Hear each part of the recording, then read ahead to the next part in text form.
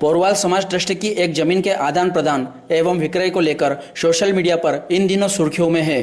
इन सुर्खियों में कई प्रकार के सुलगते सवाल भी उठ रहे हैं। हालांकि कुछ लोगों ने इस पूरे मामले की दस्तक आर्थिक अपराध अन्वेषण ब्यूरो के चौखट पर भी दे दी है, लेकिन किसी प्रकार की वस्तु स्थिति की तस्वीर अभी भी धुंधली है।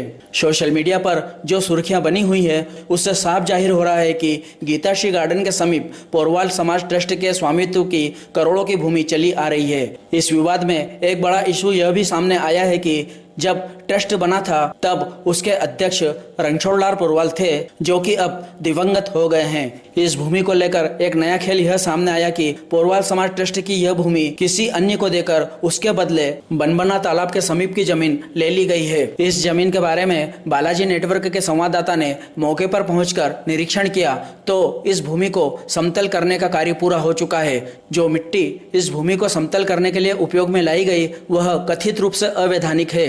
तालाब की खुदाई कर मिट्टी को इस गड्ढेनुमा जमीन पर डाला गया। तालाब से मिट्टी खोदने की कोई अनुमति सामने नहीं आई है।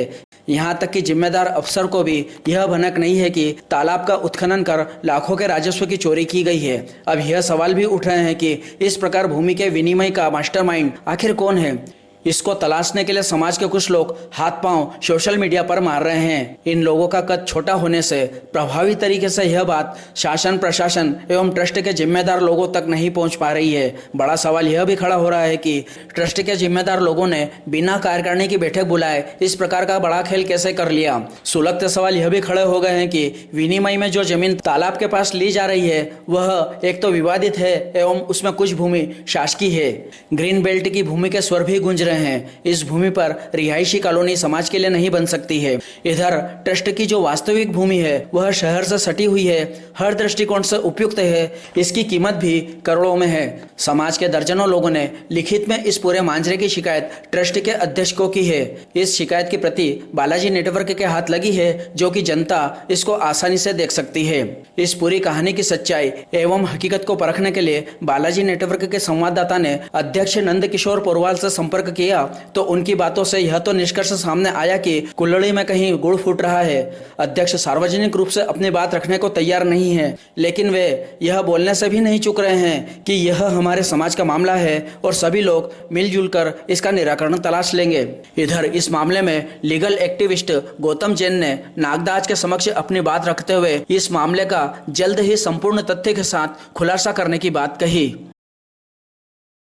पोरवाल समाज की एक बेशकीमती ज़मीन का मामला सोशल मीडिया पर बहुत चल रहा है, तो इस संबंध में आपका क्या कहना है? क्या चल रहा है? ये जो है सत्य है या जो लोगों को भ्रमित किया जा रहा है, क्या है ये पूरा मामला? पोरवाल समाज की महिदपुर रोड पे बेशकीमती ज़मीन है, तो पोरवाल समाज को ये डर बताया जा रहा है कि आपकी ज़मीन पे अतिक्रमण है, आप इसको बेच दो। वो कई हद तक सफल भी हो रहे हैं इसके लिए। तो अतिक्रमण है तो शासन में उसमें अतिक्रमण हटाने का प्रावधान है। कल से अगर बद्री विशाल मंदिर के गेट के वहां गुंटी लग जाएगी तो क्या बद्री विशाल मंदिर बेच देंगे? पहली बात। दूसरी बात, जब आपने एक जमीन जो रहती है बिना शासन की अनुमति के, जो ट्रस्ट की जमीन होती है, वो बेची नहीं जा सकती।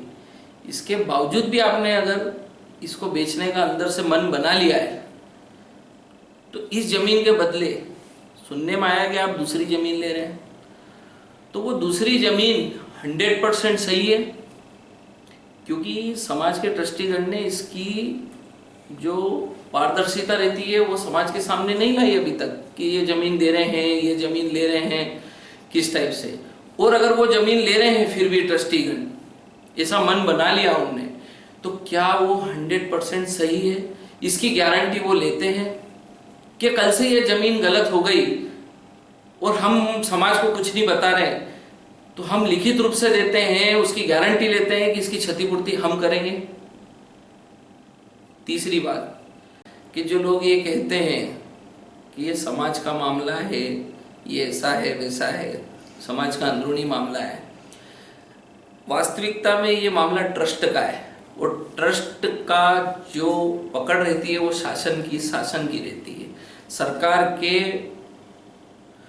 सरकार की परमिशन से चलता है वो ट्रस्ट, और जो चीज जिस चीज पे सरकार का नियंत्रण होता है वो जनहित की रहती है, और जनहित के मुद्दे हर समाज का हर वर्ग, समाज का कोई भी व्यक्ति हो, किसी भी धर्म का हो, उठा सकता है। समाज का हर वर्ग ट्रस्टीगण को सम्मानीय निगाह से देखता है, उनका सम्मान करता है, उनकी इज्जत करता है, और ये मानता है कि ट्रस्टीगण जो करेंगे सही करेंगे, समाज का कभी भी गलत नहीं करेंगे।